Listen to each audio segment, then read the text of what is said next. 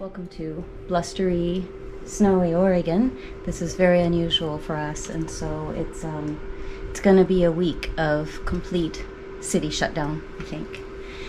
So what I've been working on lately is trying to activate my landscapes with something like a person or an animal. So where this started, I think, is that we went out to a place called Corbett, Oregon, and I was really intrigued by a picture that I took, a scene, but it didn't have the fox in it. And in fact, what I did is I just stuck the fox on, you can see here, just to see how it might activate the scene. What I was really attracted to is to just make this beautiful yellow color connected to the blue color, and then these ghostly trees. That's what I felt like really getting into. This is a concertina sketchbook that I just folded up out of some Arches paper that I got at the Dick Blick. So since then, what I've been trying to do in my sketchbook, let me hold it up for you, is to think about how I might activate a travel photo of mine from a time I went to Spain. And so there are already some figures in here which I've put, but I feel like there needs to be something in the foreground. And so the thing that came to mind is a huge cat. Maybe because when we go out for walks, one of my sons needs a walker at the moment to get around, and so that walker seems to attract this certain cat in our neighborhood. Always the cat hears the clunk clunk of that walker and comes running, and then insists on like leading us. It's like it's our police escort through the neighborhood, is this tabby cat. And it just kind of surrounds us, and then it goes up on some of the walls and it walks along. And so I guess I've had cats on the mind, and so I think a big cat in the foreground, or a grouping of them, might be interesting in this picture to activate it and not make it this really still place. Make it more dynamic. That's the idea. So yeah, so that's what I'm looking at, and that's what I was working on.